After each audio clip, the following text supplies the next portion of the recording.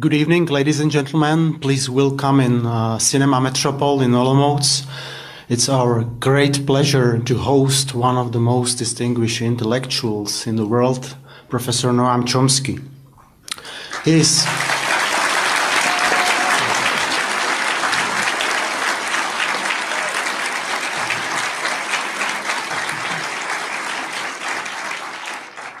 There are few people in the world who are as famous and as influential as Professor Chomsky, who still teaches at Massachusetts Institute of Technology. Tonight we'll host a debate with him, and I have to say that Professor Chomsky is not the first important figure in the world of intellect in Olomouc. We have hosted here a couple of other very important figures like Robert Rosenstone, film historiker, Benjamin Barber, political scientist, Paul Leesman, philosopher, and others. The strategy for tonight was to open up the questions for broader public, and we have got many of them through the internet. And our co-speakers today, Martin Škabraha and Vít Janeček, were about to select some of the most important interviews. Let me tell you a few words about our participants today. I think I don't need to introduce Professor Chomsky. Everybody in this hall read at least something about Professor Chomsky. Probably most of you read some of his texts on linguistics or his political commentaries. So please welcome again in Olomouc. It's a really great honor for us. Second participant is Martin Škabraha, who is philosopher teaching here at Palacký University. He is also a civic activist and a member of a Green Party. Second is Vít Janeček, who is filmmaker, dramaturgist, and he's working as associate professor at Film and TV School of Academy of Performing Arts in Prague. My name is Jiří Lach, and I currently serve as a dean of Faculty of Arts. Now, let me pass a word to first speaker, to Martin Škabraha. And Martin, can I ask you to give a first question? Thank you, and good evening, everybody. I would like to begin with a little doubt. We surely will enjoy this evening, we will enjoy this discussion, but what is the effect in the end? What can philosophers or intellectuals do against what is called the government of 1%, by 1% and for 1%?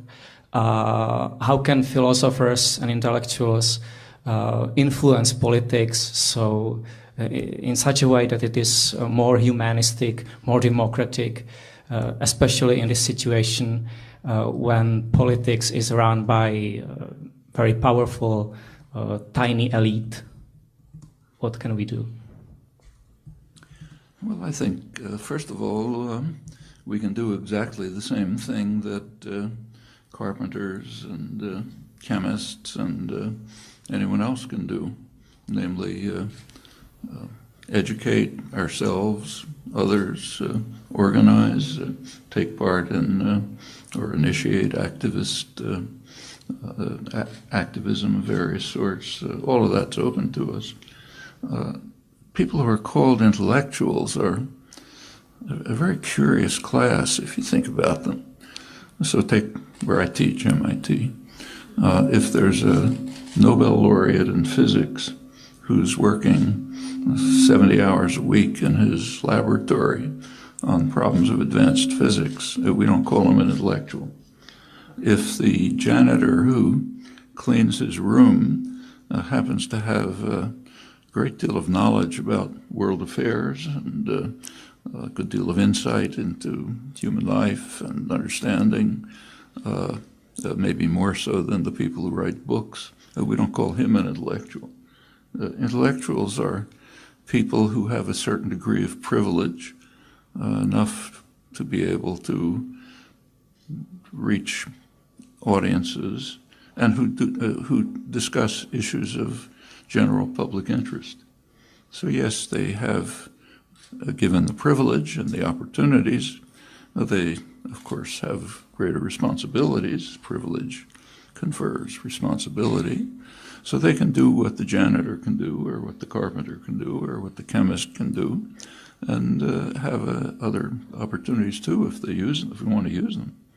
I don't think there's any shortage of opportunity. I think there are shortages of will. In fact, if you look at the history of intellectuals, it's not a pretty one.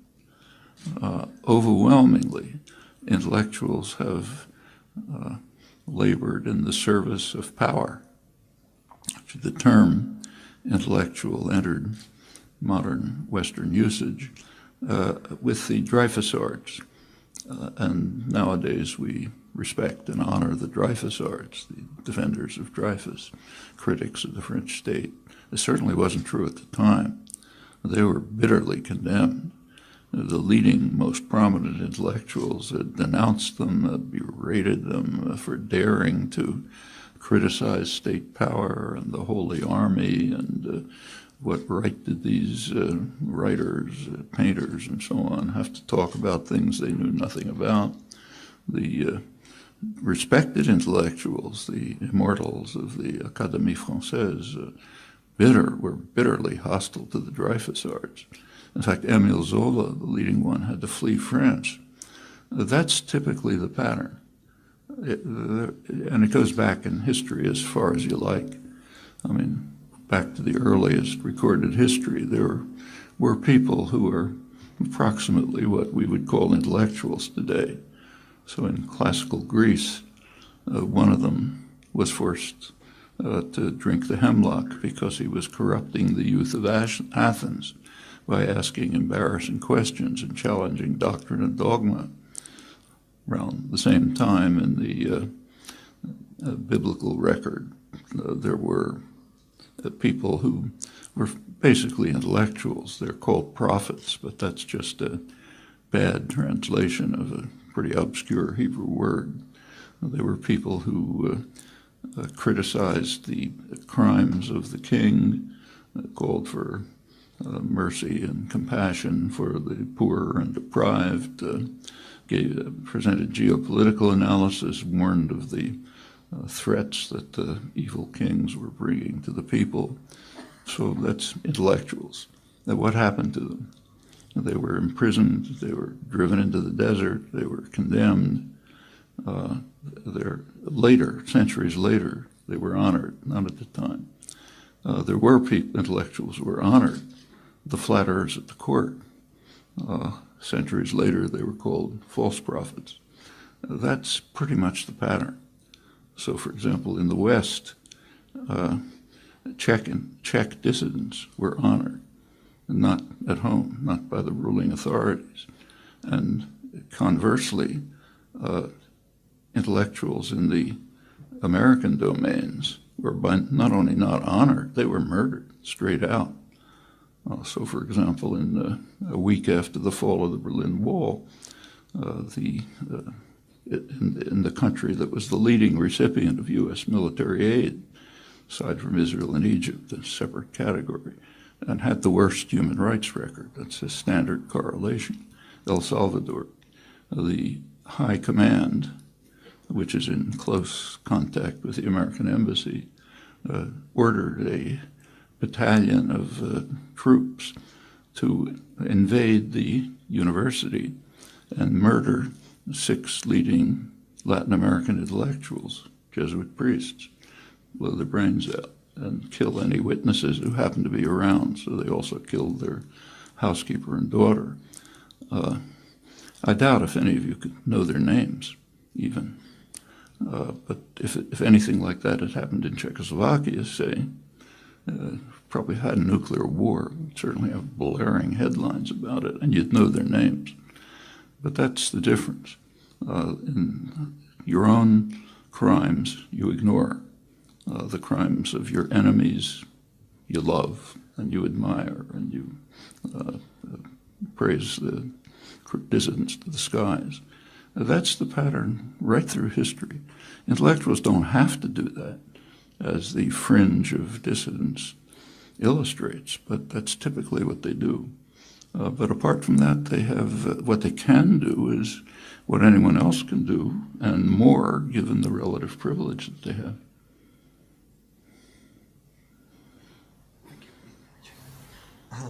Thank you. Good evening. I picked several questions more or less associated with education and world of, let's say, university as a general environment for keeping certain knowledge and keeping valuable things from the history till today.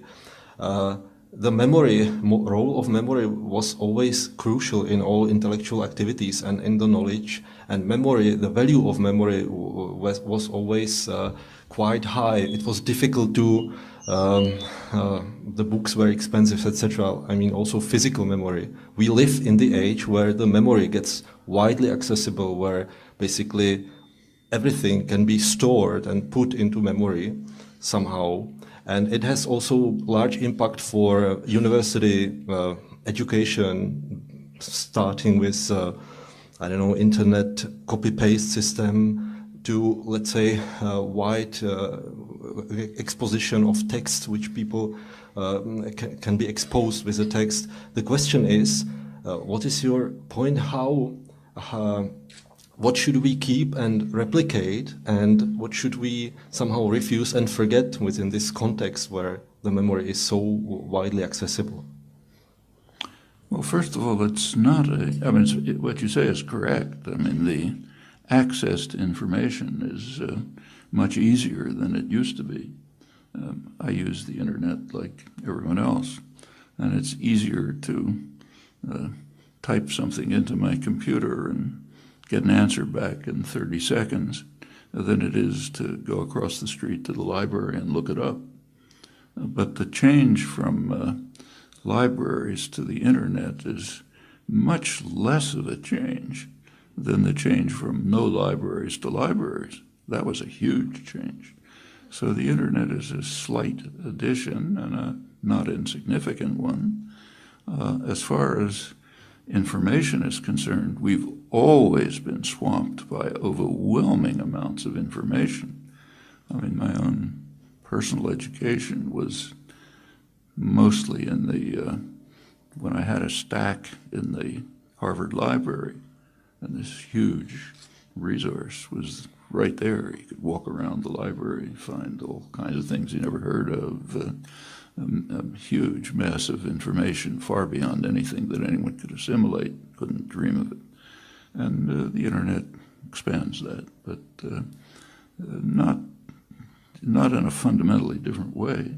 So I think the question has always arisen, at least since the invention of the printing press, which made information, at least in principle, available to large numbers of people. It's always the same question. You keep what's valuable and you put aside temporarily what you think may not be valuable, and it's often a mistaken, and you go back and you find you made the wrong decisions. But I don't know any way out of that. That's what's done in the sciences. That's a lot of my own work, for example, has been involved in, I happen to be interested in 17th and 18th century philosophy and science, and gone back and found lots of things that were understood, very well understood, and are now being rediscovered. If they had not been forgotten, we'd be better off. If they were understood today, we'd be better off. And you never know. You can't know. You can just do your best to try. But there's no methods. We're always been swamped by information. We always have to make these difficult decisions. Thank you, Martin. Okay, let's develop this topic. New information or communication technologies are great opportunity, but they are very dangerous at the same time, because they sort of multiply eyes and ears that our governments have, and they can spy on us more than ever in history. Sorry, is it okay? Oh, is it? It's okay. So as I say, there is also a very dangerous aspect to these new technologies. My question is, how can we avoid this danger, or how can we fight against this? Because this kind of control is almost invisible, isn't it? So what can be done against this danger? Well, I presume you're referring specifically to Edward Snowden's revelations about the National Security Agency efforts. I mean, the fact that governments spy on their enemies is not new, and nor is it new that the domestic population is one of the main enemies of just about every government and every power system. So sure, they're always going to try to spy on and control their domestic enemy. Now, that goes back as far as history does. People who've been involved in activism have always been conscious of this. I mean, I was very much involved in resistance against the Vietnam War, but we never used the telephone. I assumed it's tapped. We never talked about things, sensitive things, in open meetings with probably infiltrators. Sure, and that goes on all the time. But the scale of President Obama's efforts was really a shock. There's never been anything remotely like that. I mean, if anyone who is connected in any way to the electronic culture is being spied on, or can be. If you have a cell phone, the National Security Agency they may not bother, but in principle they have access to where you are, who you're talking to, what you say. It's even true if your cell phone's off. If you have a computer, the same thing is true. The Snowden revelations demonstrate that if computers, any electronic equipment that's made in the United States, computers, routers, network materials, go to the National Security Agency, so they can install equipment into them which provides access to every keystroke that you make, everything you're doing. Presumably China does the same thing to the extent that they can. That's doubtless they can't do it on the scale of the United States, which has enormous capacity. This is a system of surveillance and control which is beyond anything that anyone has ever dreamt of, either anything that was actually realized, like, say, the East German Stasi, or anything that was dreamt of by dystopian novelists like George Orwell and others. It's pretty phenomenal. And how do you defend yourself against it? By eliminating it. You have to eliminate it. If it's going on, there's no way to defend yourself against it. And that's not an impossibility. In the U.S. Congress, they came very close to a vote to end all funding for the National Security Agency. They lost the vote, it's expanded, but that's not impossible. It depends on the amount of popular opposition. That's true in Europe, that's true in the United States, that's true in countries with less influence in the world. But it's not going to happen by itself. Like anything else, if you just decide to say, I don't like it, nothing's going to stop. But we have plenty of opportunities for overcoming this real crime. It's a major crime. Actually, it is technically a crime. In the United States, it's an explicit violation of the Constitution. Explicit. You take a look at, use your internet, get back to the first question, and take a look at the Fourth Amendment to the Constitution. It's one of the initial parts of the Constitution. It bans what's called unreasonable search and seizure, guarantees the privacy of persons, their homes, their papers, and their effects, anything they own. That the reason that was put in was because this is right after the American Revolution. And one of the things that sparked the revolution was the insistence of the British imperial masters that they had a right to interfere with individual privacy. That led to confrontations, armed confrontations, in fact helped set the revolution off. And this principle was instantly introduced into the Constitution. At that time, the tyrant were the British rulers. Today, the tyrant is President Obama and the American government. So the government lawyers, of course, will try to argue that it's not illegal. That's the job of lawyers, whatever crime is being committed. But there's just no way to make these surveillance activities consistent with the clear and explicit wording of the Constitution. So it is technically criminal. The whole government should be, if laws really applied, they'd all be brought to justice for this. Of course, laws don't apply to the powerful. It's another story. But they should, and the public can make it happen, but only by direct activism, no other way.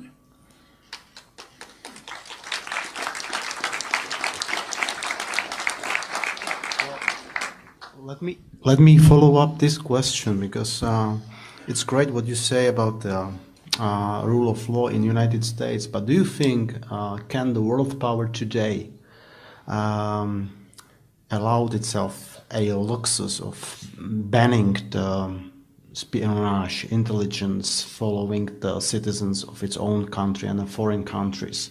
Because if the USA stop this, I'm quite sure that other powers in the world will not do that. So isn't it a security risk for the US to stop this? Not that I agree with these practices, but on realistic tone, Russia, China, and other countries will never do that. Well, the notion security is used as if we understand it. Here's a contribution that philosophers could make. There's a standard line in a belief in international relations theory and public commentary and so on, that the main goal of governments is to achieve security. But two questions are never asked. Security for whom? And security against whom? Okay, it's worth thinking about those things. One thing you can, if you look at the record, it shows quite clearly that governments, any system of power, whether it's a government or a corporation or whatever it may be, is interested in security for itself. They're interested in security for state power, and they're interested in security against their enemies. But a primary enemy is always the domestic population. That's shown over and over. So I don't know, just take one recent event. The United States recently joined in a request to the International Criminal Court to try Syrian leaders for the crimes that they're committing. But there was a proviso. They cannot inquire into crimes of Israel, and they cannot inquire into crimes of the United States. Actually, the second condition is redundant, because there's legislation in the United States which grants to the president the right to use force to rescue, that's the term, any American who's brought to The Hague for trial. It's sometimes called the Netherlands Invasion Act. The U.S. government is self-immunized against international law. This is one of many examples. Well, that's an illustration of, it's an interesting topic, no time to go into it, but an interesting one. That's an illustration of how, one of many, of how states are interested in their own security. And what about the enemies, like the domestic population? Well, yeah, they're not concerned with their security. In fact, if you want to investigate how state, it's quite an interesting record, but if you look at the actual record of state policy, it constantly subjects the general population to extreme dangers in the interest of protecting state security. The whole history of nuclear weapons illustrates this quite dramatically. To take an even more obvious example, right now there's a major threat to the security of populations, environmental catastrophe, huge threat. How are powerful states reacting? By increasing the threat. I'll give you the details if you like. You're probably familiar with them. Security of their own population is a very marginal concern for states. Security for themselves is a concern. Security for concentrations of private power is a concern. Plenty of illustrations of that. Right now, for example, there's two huge trade agreements being negotiated, Trans-Pacific and Transatlantic, enormous efforts at international economic arrangements. Notice that these are being conducted in secret. The domestic population, which is an enemy, is not allowed to know about it. It's not completely in secret. It's not secret from the hundreds of corporate lobbyists and lawyers who are actually writing these agreements. They know about it. And if you look at the agreements, they have almost nothing to do with trade. They certainly have nothing at all to do with free trade. They have to do with investor rights. That's an example of one of many of the ways in which states preserve the security of the 1% you were talking about, concentrations of private economic power. It's not a big surprise because it's those concentrations that mostly make the laws and determine policy. So naturally they're concerned with their own security, but not security of populations.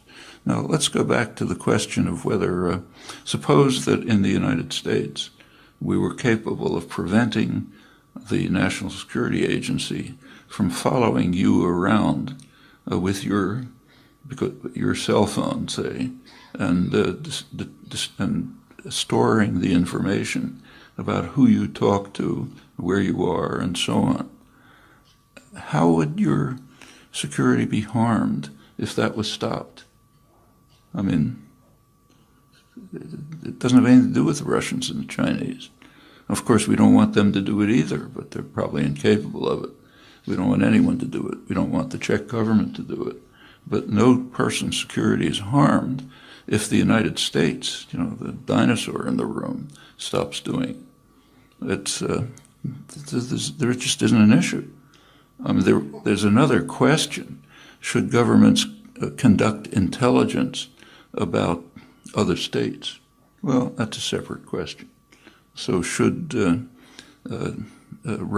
should Iran, let's say, try to figure out what the United States and Israel are trying to do? Yeah, they have every reason to do that. After all, the United States and Israel are violating international law every day by stating that all options are open with regard to Iran. That is a meaning.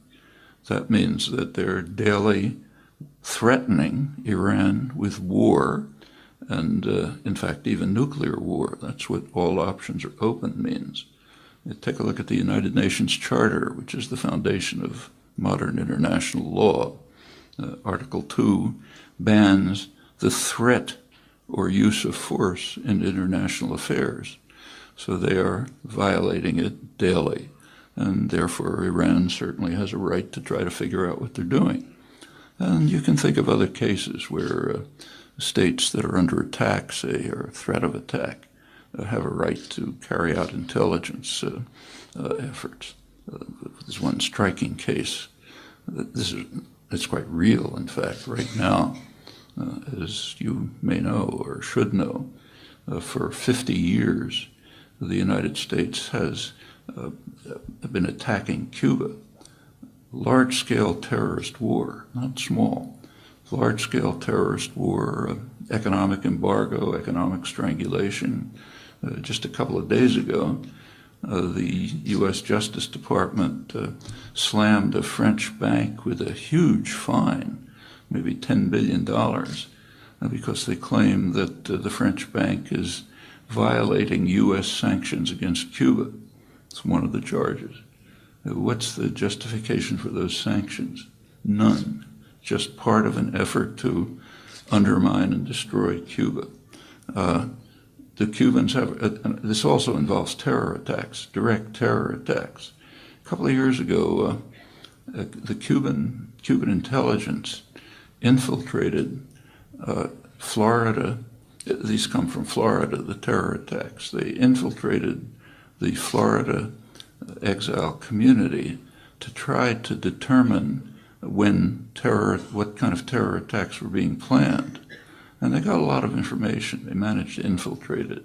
The Cuban government invited the FBI, U.S. National Political Police, to Havana to present them with the information about terror attacks being planned against Cuba on U.S. territory, which is, of course, a crime in the United States. How did the U.S. government react? By arresting the people who infiltrated and presented them with the information. Some of them are in jail, maybe for life, long jail sentences. You probably don't know about this because the Western propaganda system carefully protects people from knowing about your own crimes. You've got to know about the crimes of enemies, but your own, it's best not to know about. It's part of the protection of state power from the domestic population. This is not a hypothetical case. This is an actual one. So sure, there are cases, and I think it was quite legitimate for the Cuban government to try to detect and discover terrorist activities on U.S. soil and to present the information to the American government. I think that's quite legitimate.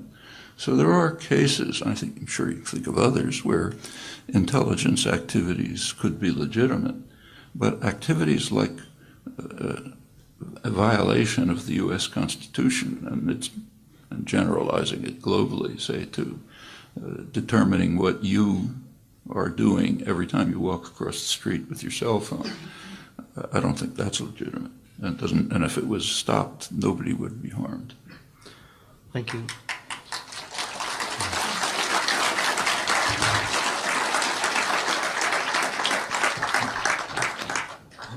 Maybe I would try to follow with the question which also is associated with technology and awareness of all these things and possibility of awareness of these things you are talking about.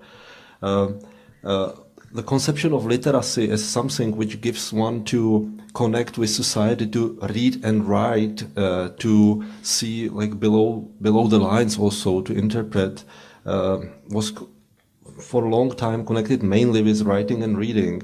Technology brings complexity which needs much higher kind of also complexity in terms of literacy to be able to be competent to understand all the layers which technology like brings and to be aware of all the options. For example, also these kind of examples that the mobile phone is not only the mobile phone, but it's part of some network with many other functions.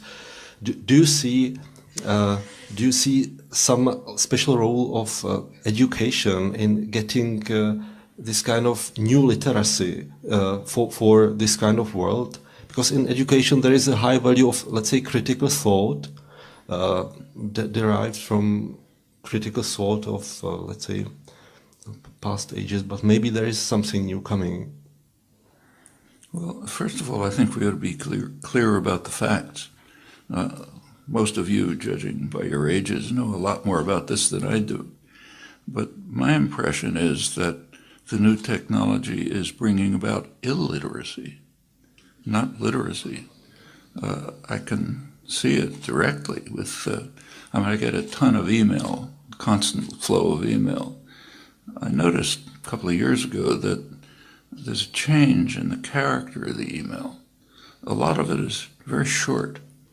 Some of it is so short it actually fits in the subject line. And somebody pointed out to me it's probably Twitter things. These are, what this illustrates is something much more general that's going on among especially younger people than younger means a lot of people from my point of view. There's a tendency towards abbreviation. Like my grandchildren, when they write a letter, it's texting. Just get a couple of symbols on the. I notice my own students, they don't read as much as they used to. I used to, years ago, if I made, say, literary references in class, students usually know what it is. And now, much less. Actually, one of the gurus of the new technology, I've forgotten his name, said recently that with contemporary advances, we don't need things like War and Peace or Proust any longer. We can do it very briefly, This is something that I think it's already happening. It's even being studied. There are some studies of literacy among college students over a longer period, and it is reducing. There's much less reading of independent reading of, say, literature, and much more focus on things you can do very quickly and briefly and so on. There's even some studies, preliminary studies by cognitive neuroscientists, which may indicate that there are neurological changes taking place as an effect of the reduction of the rapid stimulation and the kind of stimulus hunger that comes with it, and the restriction on attention spans that come from the new technology. I think it's a double-edged sword, in other words. The new technology does offer the possibility of achieving greater thought and understanding, but it also can reduce it. I don't know about you, but if I read something on, say, Kindle, it's very different from reading it in a book. You read it in a book, you think about it, you go back to the earlier page, you pay attention to it. If you're reading it on Kindle, you're just trying to get it. It goes through your head so fast you don't remember what was in there.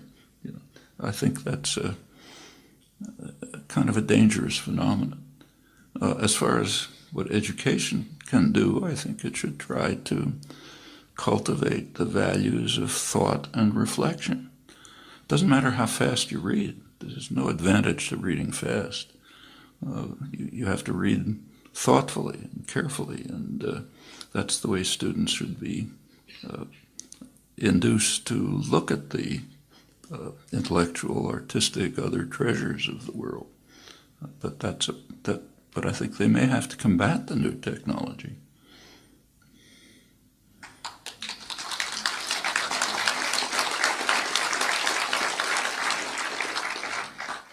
Martin, your turn. All right. Let's go to the big issue, and that is anarchism. You call yourself an anarchist or anarcho-syndicalist, to be precise. So my question, or actually I would like to pose more questions on this topic. But the first question is very simple, but I guess the answer should be very complex. How would an anarchist society would look like? How would an anarchist society would look like? Sorry. And second question, how to communicate anarchist ideas? Because my experience is, and I'm not anarchist myself, but kind of sympathizer, my experience is that people, when you say the word anarchy, people imagine a lack of order, people imagine lack of security, something like the Hobbesian state of nature, the war of all against all, and so on. And I think that the general idea of anarchism in the general public is very much influenced by this misconception. So how to communicate anarchist ideas? Well, with yeah. the the first thing to do is to overcome the misconceptions, to explain what you mean by anarchism. Now, it's a pretty broad concept. Like, in general, the concepts of political discourse are very far from precise. I mean, to try to explain what liberal means or capitalism means, or any term you pick, they're used in highly varied and complex and often contradictory ways, and anarchism is no exception. But I think if you try to find a sort of core themes running through anarchist thought and action, there are some.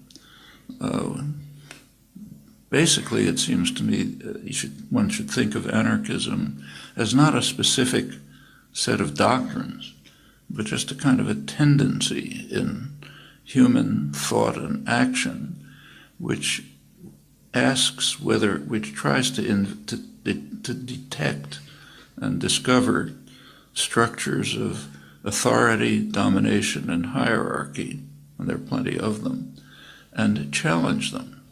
Ask them to demonstrate their legitimacy, recognizing that they are not self-justifying. They have a burden of justification. That's true all across the spectrum of human life, from patriarchal families to imperial systems and everything in between.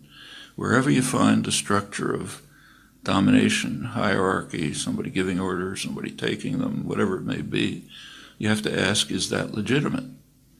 You cannot assume that you shouldn't assume it is legitimate because it's been like that. That's not a justification. You have to ask, is it legitimate? When you do, you generally find that it can't be justified. There are cases, you can think of cases where you can make up a justification, but try it. It's pretty hard. Most of the time, the justification is the way power is distributed. That's not a justification. And anarchism is the effort to discover such systems when they can't justify themselves, to dismantle them and to move towards greater freedom, justice, opportunity, individual creativity, cooperative activity, and so on. It's just a tendency in history. And I don't think it's hard to communicate to people. I think they take it for granted if it's brought to their attention. And you see it. For example, take one of the major achievements of the last 50 years in many societies, the United States, many others, I'm sure here, has been women's expansion of women's rights. It's changed enormously. And how did it happen? Well, as soon as the structures of oppression were identified, they kind of disappeared, which is not instantly, of course. There's resistance, still plenty of resistance. But there's a nice, it's a general truth that power prefers darkness. If it's exposed to the light, it erodes. If people can see it, it erodes. And this happens all through history. Where does it lead? So what would the final goal be? I don't think anyone is smart enough to say that, to say what it would be. This is a constant, ongoing effort to try to expand the realm of justice, freedom, independence, breakdown of authority, and so on. And I don't see that should have any limits. You can think of all kind of concrete cases. So, for example, just think of the forms of authority and domination that exist in our societies. One of the dominant ones is wage labor. If you go back to the early days of the Industrial Revolution in England and the United States and other countries, people who were being driven into the industrial system bitterly condemned it. In the United States in the mid-19th century, when the Industrial Revolution was beginning, working people described wage labor as equivalent to slavery. The only difference was that wage labor is supposed to be temporary, whereas slavery is permanent. Actually, that was such a widespread idea that it was a slogan of the Republican Party. Abraham Lincoln accepted it. That's when Northern workers went to war in the Civil War. That was one of their slogans. Want to eliminate chattel slavery, literal slavery, and what they called wage slavery. No influence of Marx or European radicalism. This just came straight out of popular understanding, the popular understanding of free, independent people who felt their rights are being taken away by being forced into a system where they have to sell themselves to survive. I mean, they understood. You read they had their own. This is the period of the freest press in American history, maybe any history. There's working class press, what were called factory girls, young women taken from the farms and forced into the textile mills, had their own journals. It's a very rich literature. And one of the themes was that if you sell what you produce for a price, like you're an independent crafts person, you make something and you sell it, you're selling what you produced. If you work for a wage, you're selling yourself. You're losing your freedom. You're the only thing that you're selling is yourself. You're losing your freedom, your dignity, your independence, your worth as a person. Well, over the century, century and a half, this has kind of been instilled into people's heads, and the intuitive understanding of the absolute injustice of this relationship has been kind of suppressed. But I think it's right below the surface. I don't think it takes much for people to recover the understanding that was second nature a century and a half ago. Maybe some work, but that's the kind of thing that organizers and activists ought to be doing. And that's a kind of oppression and domination that I think should be eliminated. And we know how to do it. It should be eliminated by enterprises that are managed and run by their participants. Not a particularly obscure or even utopian concept that happens in many cases. For example, there's in Spain, Basque Country, there's a huge conglomerate, Mondragon, which is more or less run on these principles, not quite, but something like it. It's owned by the participants. They select their own managers. They don't manage it themselves, but they're under recallable and so on and so forth. That's a step towards overcoming the deep oppression of the wage labor system. In the United States, in the old industrial regions, so-called Rust Belt, where the factories have been abandoned and so on, there's a spontaneous spread of worker-owned and worker-managed enterprises, not huge ones, but it's pretty substantial ones. In fact, they're now one of the more progressive unions, the United Steelworkers, is right now involved in discussions with Mondragon in the Basque Country to try to integrate their activities. These things come very naturally to people. It seems perfectly obvious thing to do, and I don't think there's difficulty in communicating it once people are freed from the oppression that comes from just reflexively adopting the customs and conventions in which you survive. Actually, it's rather similar to the women's movement in this respect. So, for example, if you'd asked my grandmother whether she was oppressed, she wouldn't have understood what you're talking about. That's like asking, does she breathe? If you asked my mother whether she was oppressed, she knew it, and she resented it, but she thought there's nothing you can do about it. My daughters, it's totally different. They won't even bother answering it. Those are changes.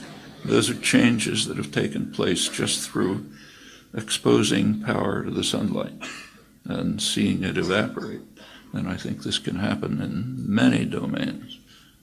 So what would an anarchist society look like? Well, you know, the final result, I don't expect the final result. Human life is too complicated, but you can see steps towards more freedom, more elimination of illegitimate structures of authority, and where it goes is for people to make their own decisions about.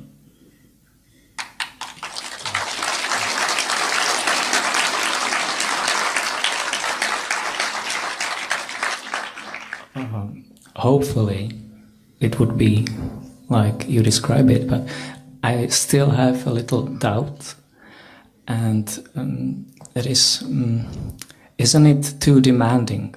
You know, it's easier to be led by an authority.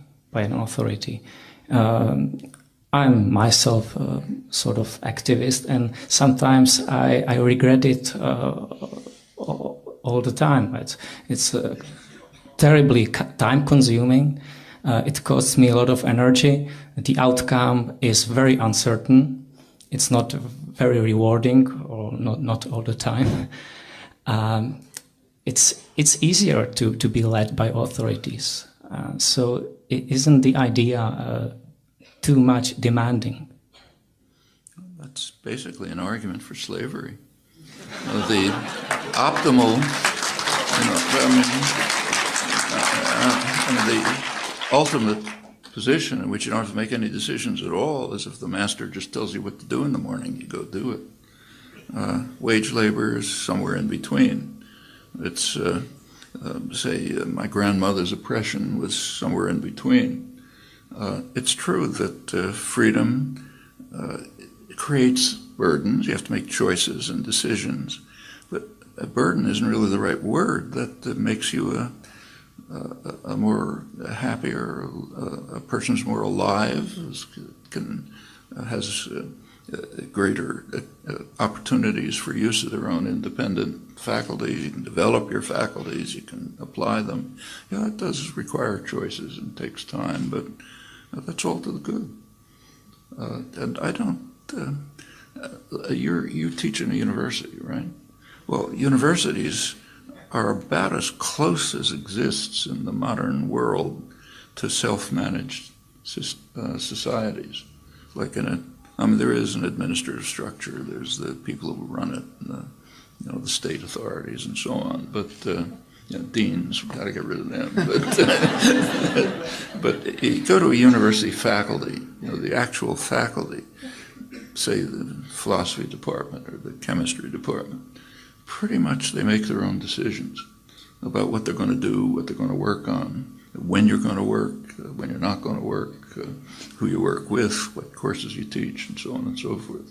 I mean, it's not an anarchist society, but it comes about as close as anything in the modern world. And people choose it and prefer it. It just gives you lots of freedom that you don't have in other professions. That's one of the reasons why people quite commonly will take an academic position instead of working in the business world at a much higher salary, but much less freedom. Freedom itself is a remarkable value. Just a small remark, there were plenty of doctrines, ideologies, and then regimes which were promising anarchical society or a society where the oppressors are gone, but actually they brought more oppression and more suffering, and you can go far back in the history. So, which do you have in mind? Well, French Revolution, for instance. Well, the French Revolution didn't promise anarchy. Well, that's true. They didn't promise anarchy, but they brought a society in anarchy for a while, and a number of people suffered. Not anarchy. They brought they did overthrow a system of oppression, like the king, the nobility, the church, and a lot of that was permanent. But it quickly instituted a system of extreme oppression, very quickly. Nevertheless, there were gains, and the gains are permanent. They, through the rest of French and, in fact, world history. A lot was built on the basis of the achievements that were made, even though they were beaten back. Well, we have some uglier examples, like the Soviet regime, which was promising. I'm not saying that it was anarchy, but it was promising something better. I think that's a mistake. You take a look back to the early part of the 20th century, early 1900s. The Marxist left was bitterly condemning Lenin because of his authoritarian tendencies. In fact, even people like Trotsky, who later cooperated with him, were pointing out that Lenin's conception, this is before the 1905 revolution even, Lenin's conception was that the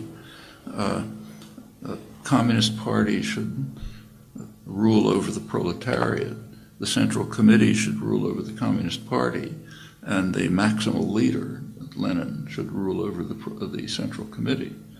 And in fact, about as soon as the Bolshevik takeover took place in October 1917, that's exactly what happened.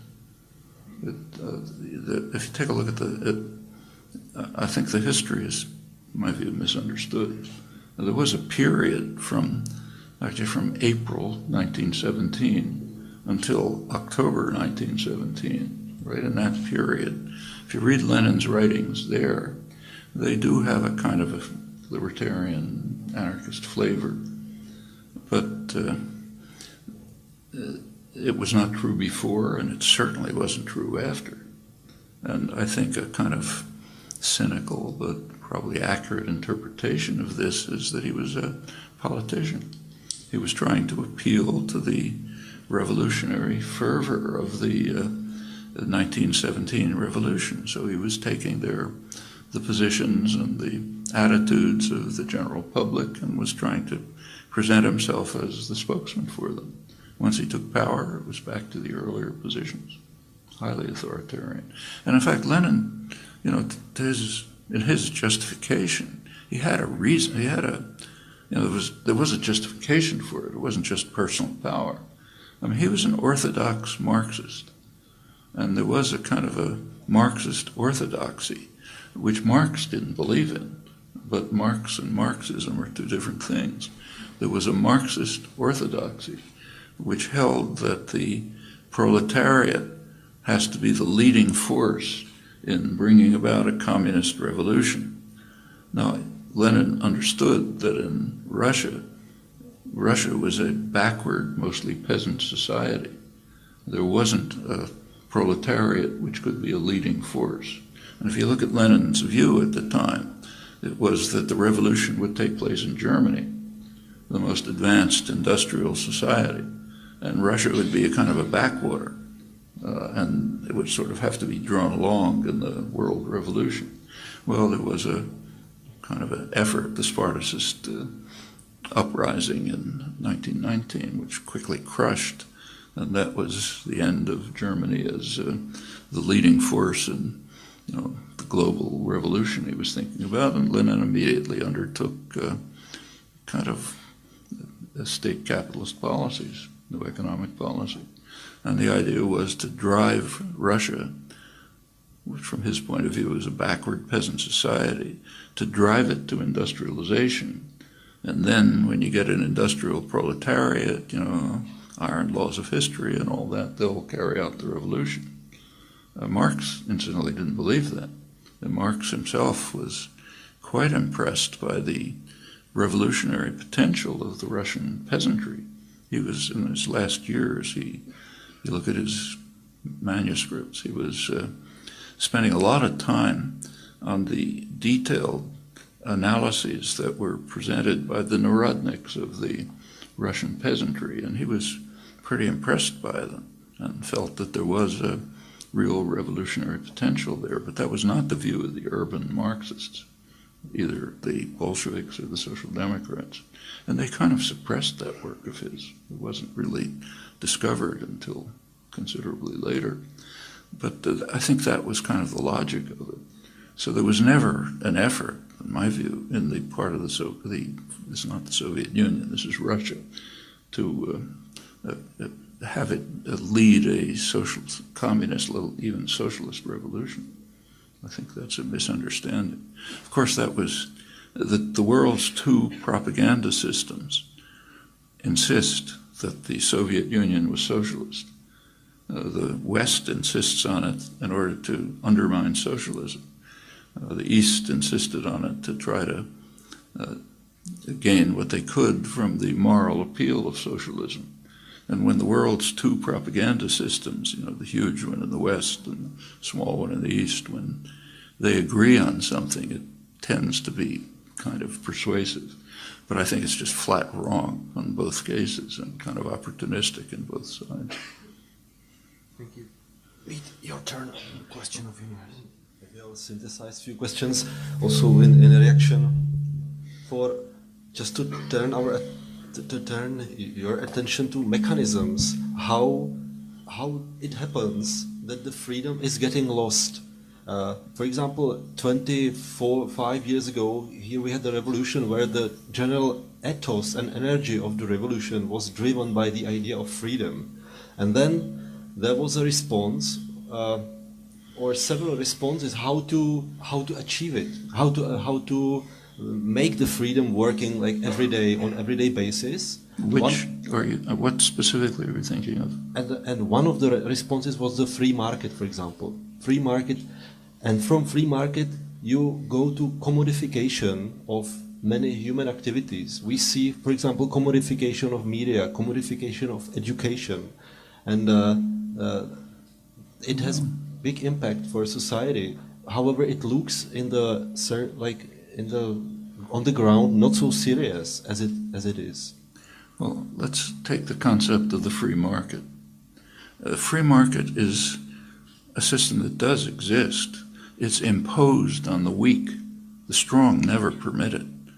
The United States, Britain, Germany, they don't have free markets. Take your cell phone again. Have a look at it and ask yourself where the technology that's built into that cell phone came from. It's an interesting exercise. Overwhelmingly, it came from the state sector. Places like where I work, MIT, which is technically a private institution, but almost totally state-funded. That's where computers, the internet, microelectronics, lasers, pharmaceuticals, that's where it's all developed.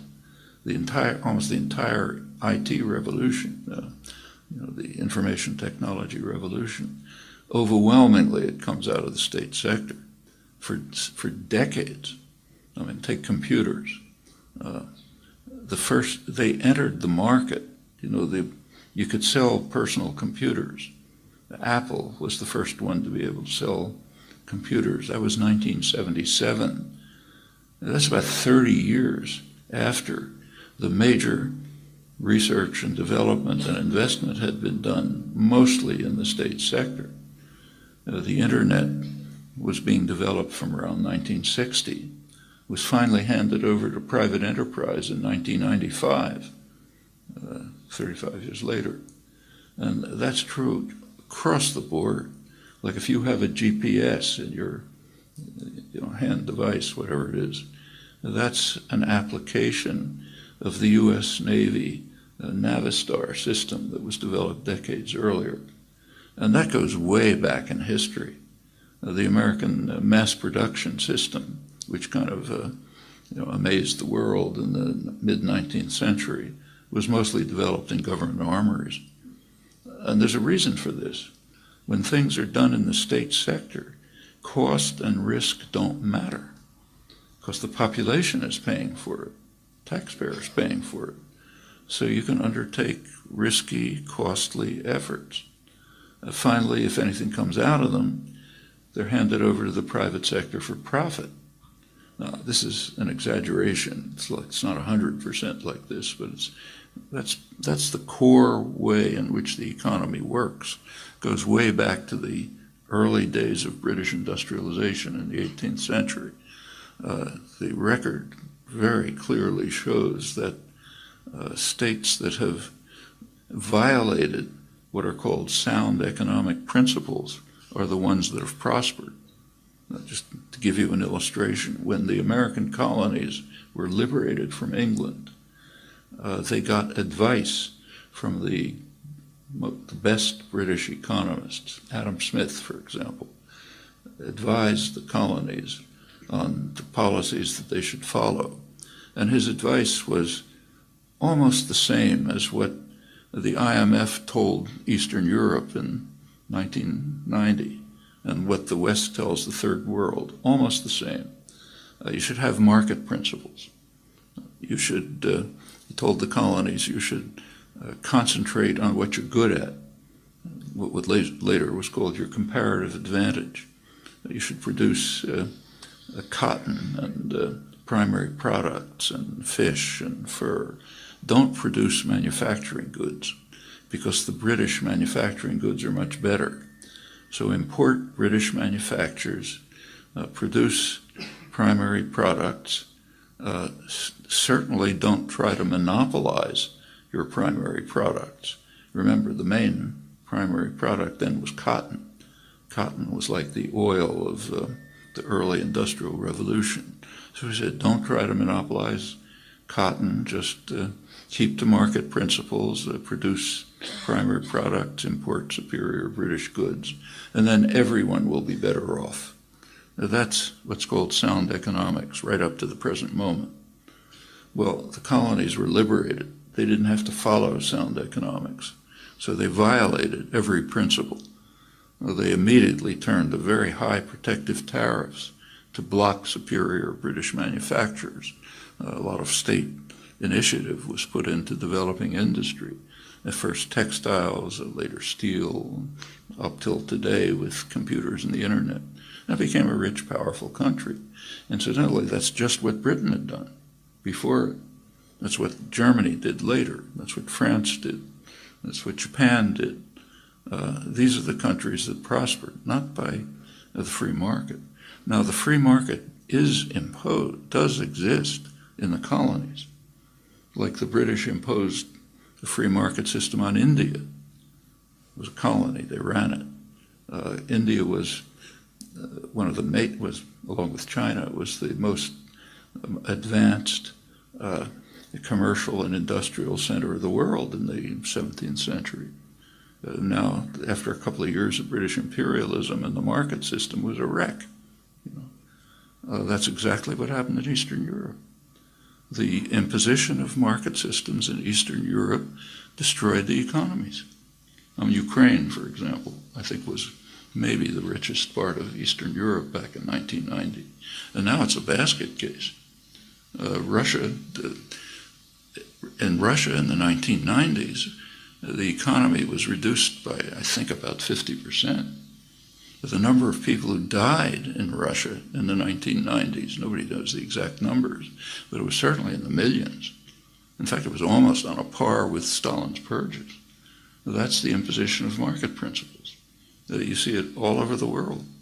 So I think we should, the rich and the powerful protect themselves from markets dramatically. I'll give you the most dramatic example from today's economy.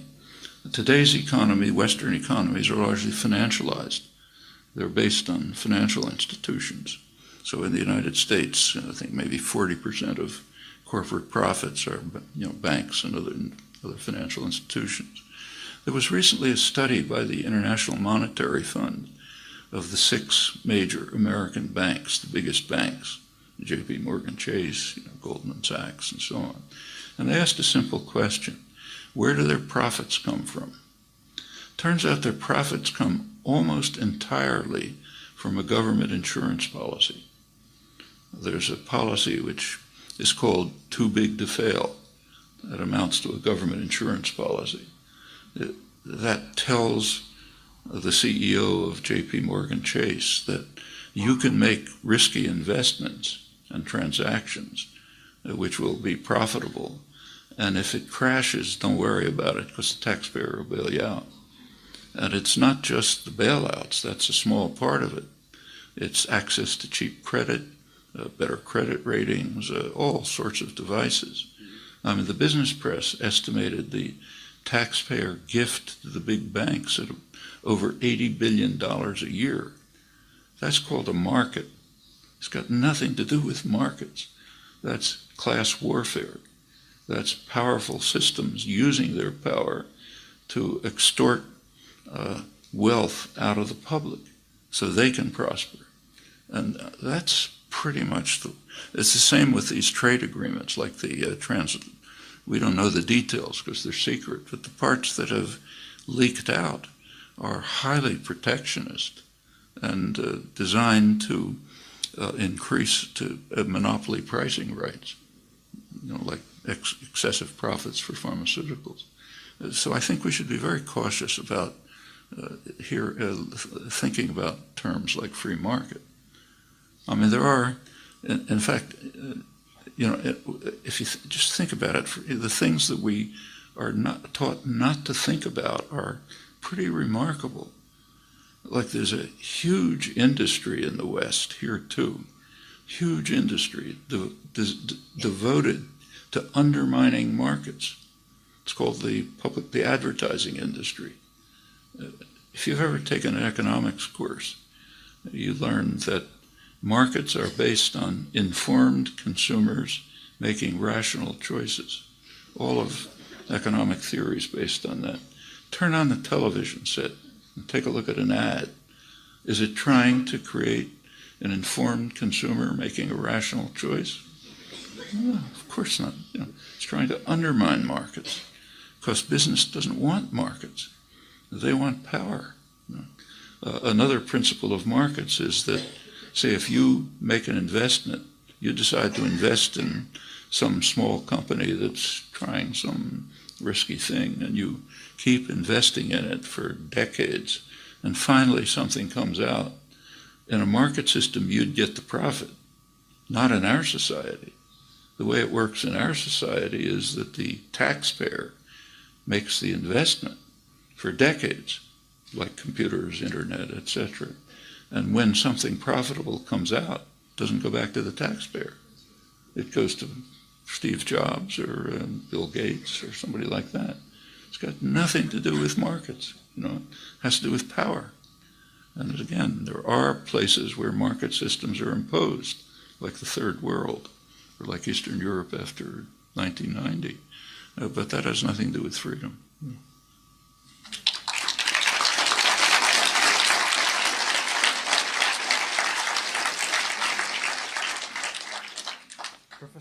Professor Chomsky, you have touched the topic of Russia, and may I ask you about your current view on the situation in Ukraine, Russia, Crimea, and reaction of the US government or EU towards the situation there? Well, the invasion and annexation of Crimea is in violation of international law. It's in violation of explicit treaties to which Russia was a party, to observe the borders of Ukraine, no doubt about that. It's not the only such case in the world. There are much worse cases. We don't talk about them because they're our crimes, but they exist. So think about them.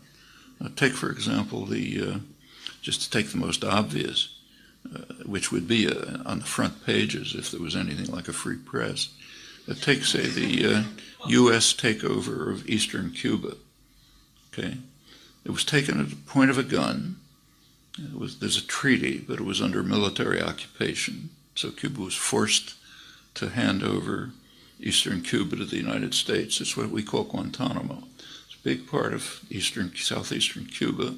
Includes Cuba's major port and any real hope they have for trade and development. The U.S. has held it for over a century. When Cuba got its independence in 1959, they asked to have it back. U.S. refuses. For over 50 years now, the U.S. has refused Cuban efforts to get that part of their territory back. The U.S. has no justification for this. No strategic interest, no historical connections, nothing except one thing. It helps, it contributes to the U.S. policy of undermining Cuba's hope for independent development. That's it. It's part of the policy of economic warfare, of terrorist activity, and so on. Otherwise, nothing. I mean, the Russian actions in Crimea are criminal, but they have a much stronger case than the U.S. has in eastern Cuba. And there's other cases. Now, take, say, Israel. Israel has annexed the Syrian Golan Heights. That's in explicit violation of Security Council orders, not only in violation of international law, but in violation of explicit orders of the Security Council, ordering them not to do it. Take what's called Jerusalem. Jerusalem today has almost nothing to do with anything that was ever Jerusalem. It's about 5 times as big as historic Jerusalem. Israel's annexed it in violation of explicit Security Council orders. Take what Israel's doing in the West Bank. All the settlement and infrastructure developments, all in violation of international law. It's not debatable. I mean, the Security Council, the International Court of Justice have all ruled on it. They can do it because the United States backs it. And that's the way power works in the world. So there's that. And we can continue. The Turkish occupation of northern Cyprus. There's many other cases. So sure, it's a criminal act. Should be condemned in the context of recognition of what's going on. First of all, in comparison with others that we're responsible for. And also because Russia does have claims, unlike the U.S., say, in eastern Cuba. I'm sure you know the background. Khrushchev just handed Crimea over to Ukraine in 1954. He never asked the population, and the population was not in favor of it. There were referenda much earlier, early 90s, which came out about the same as the recent referendum. Russia's only warm water port is in Crimea. It's their main naval base. It's got long historic connections and so on. So it's a criminal act, but there are arguments for it, unlike, say, the U.S. and Cuba. Furthermore, there's a history. If you take a look at what's the EU, U.S., and Russian actions now, if you read the press or you listen to government pronouncements, there's a lot of condemnation of the fact that Russia is carrying out military maneuvers near the border of Ukraine, but inside Russia. At the same time, the U.S. is carrying out military maneuvers in Poland and the Baltic states, right? That would be analogous to Russia carrying out military maneuvers in Mexico and Canada. Okay, but we don't condemn that. And there's a principle. The principle is we own the world. And if any country is doing something, even in its own territory, that we don't like, that's illegitimate. But if we're doing something anywhere in the world, it's legitimate. That's kind of a fundamental imperial principle accepted in much of the West without any question. And there's also a history that's not obscure. Right after the Berlin Wall fell, 1990, Mikhail Gorbachev, made a pretty astonishing offer. He offered to allow Germany to be unified and to join a hostile military alliance, NATO. You should take a look at the history of the preceding century, and you can see what that was. I mean, I don't have to tell you, it's obvious. There was a quid pro quo. This is the U.S. government, that's President Bush and his Secretary of State, James Baker, they agreed not to let NATO move, the phrase was, 1 inch to the east, meaning to East Germany. They pledged that NATO would not move to East Germany. That was the quid pro quo. Immediately, NATO moved to East Germany. Gorbachev was outraged, and the U.S. government simply informed him, it's not on paper, it was only a gentleman's agreement, and if you're dumb enough to accept our word for something, it's your problem. So then Clinton came in right afterwards and extended NATO further to the east, all around the border of Russia. It's a military alliance, hostile military alliance. It's analogous to the Warsaw Pact taking over Mexico and Canada. It's kind of would be an analog, unthinkable. We'd have a nuclear war tomorrow, before instantly. But this is considered, and the Ukraine issue is related to that. If NATO were to extend further into Ukraine, that would be an enormous security threat. I mean, Russia's already very vulnerable, and unlike the United States, and surrounded by hostile powers, in fact, on all sides. And this would be a real serious security threat. So there are issues going way back. So going back to your point, yes, Crimea is a criminal act, but it's a lot more complex than that.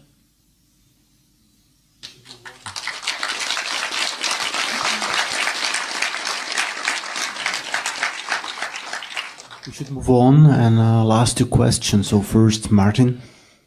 Okay, thanks. Up to this point, we were talking about humans, but I think we could utter a few words also about other beings, those without universal grammar. And I would like to know your opinion on animal rights, and then your opinion on veganism. What do you think about that? Well, over the past centuries, the kind of domain of rights has been expanded. So like if you go back 800 years to Magna Carta, the kind of foundation of Anglo-American, now Western law, it granted something called presumption of innocence. You're innocent unless proven guilty in a fair trial by a jury of peers. Now that, incidentally, that right has completely disappeared. Today, guilty means that Tuesday morning, Obama decided to kill you. That's what guilty means today. That's the drone terror campaign. But there was such a principle, presumption of innocence, but it was for free, privileged men, in fact, barons. Over the centuries it expanded. Not totally, but it did expand considerably. Okay, you take, say, the United States. In the United States Constitution, it's there, but it meant free men with a certain amount of property. Obviously, it didn't mean slaves. It didn't mean Native Americans. It didn't mean women. They were not. In fact, women under the U.S. took over British common law, under which women were property. They weren't persons. So a woman is the property of her father. That's property is handed over to her husband. In fact, that lasted until 1975, not that long ago. In 1975, the U.S. Supreme Court ruled that women have a right to serve on federal juries. That means to be peers. To be a peer means to be a person. So it took a long time, but expanded. It's not perfect, but it expanded. And rights have extended in other ways, like slavery is outlawed and so on. And that's also true of animal rights.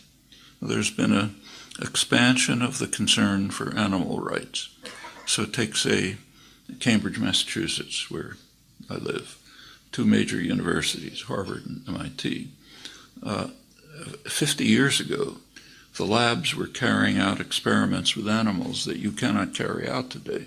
They violate federal law, local law, and even university laws. Right, that's an expansion of the domain of animal rights. At the same time, this severe regression, huge regression. You take a look at species extinction today.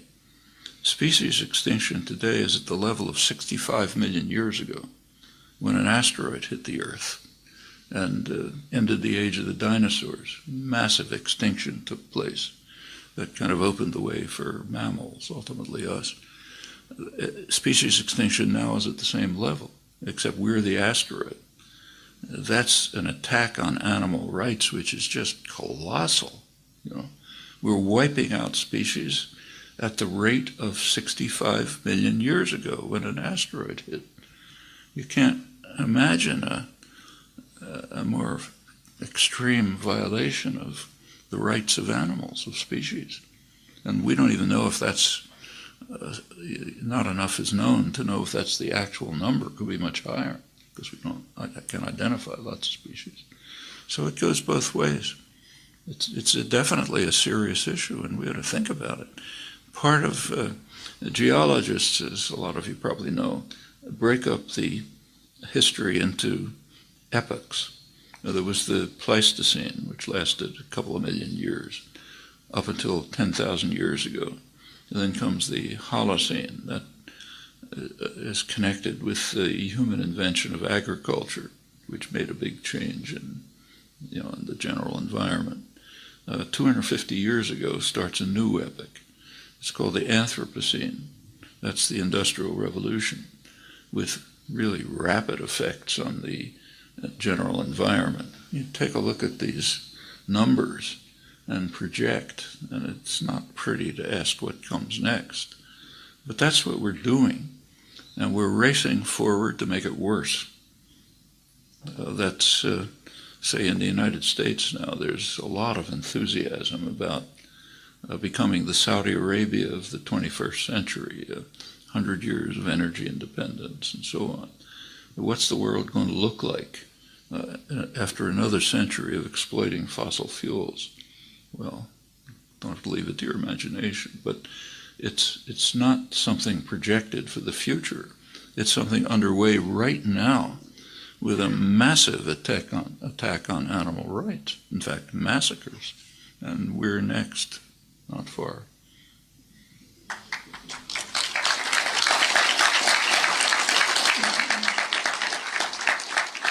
Sorry, what about veganism? What do you think about this attitude? Is it effective, or can it help? Well, I think you can give an argument for it, but there's costs associated with it. I mean, it takes time, effort, planning, so there are costs. And you could say the same about turning the lights on in the evening. I mean, we all do it, but there are costs. In fact, that's one of the things that's contributing to the massacre of animals. So we live in a world in which we make choices and they have costs. And you have to make decisions about which ones are the right ones for you. What's the opportunity cost for doing something? So should you live in the dark, say? Should you walk instead of taking a bus? I mean, questions arise all the time. Veganism, I think, is like that. So thank you. One last question, if I may ask you. Okay, I will take the question coming from universities are named after the word universality. What is the situation today? Can you see it as universality? Is it still applicable? Universality? Yes. Well, I think there are some simple universal principles which we all which are kind of interesting if you think about them. They're the most interesting ones are the ones that are doubly universal. They're universal in that we all accept them, and they're universal in that we all violate them. So we accept them in principle, but we violate them in practice. So take the most elementary one, the golden rule, apply to yourself the same standards you apply to others, version of it. If you ask, do we accept it verbally? Yeah. Do we live by it? Not for a minute. Take a look at the way all the things we've been talking about. Do we apply to ourselves the standards we apply to our enemies? Say Russia today, or Iran, or whatever. We don't have to go into it. We don't begin to apply these standards to ourselves. We're immune to the standards we apply to enemies. So we preach the universal principles, but we universally violate them. Not everybody, of course, but the systems that actually function in the world do. And we can go on with that. I think there's plenty of examples like that. I know there was once a collection of essays by a bunch of good philosophers on work of mind. And one of the contributors complained that the only ism I seem to believe in is truism. And he was basically right. I think truisms have a lot of value. You should pay attention to it.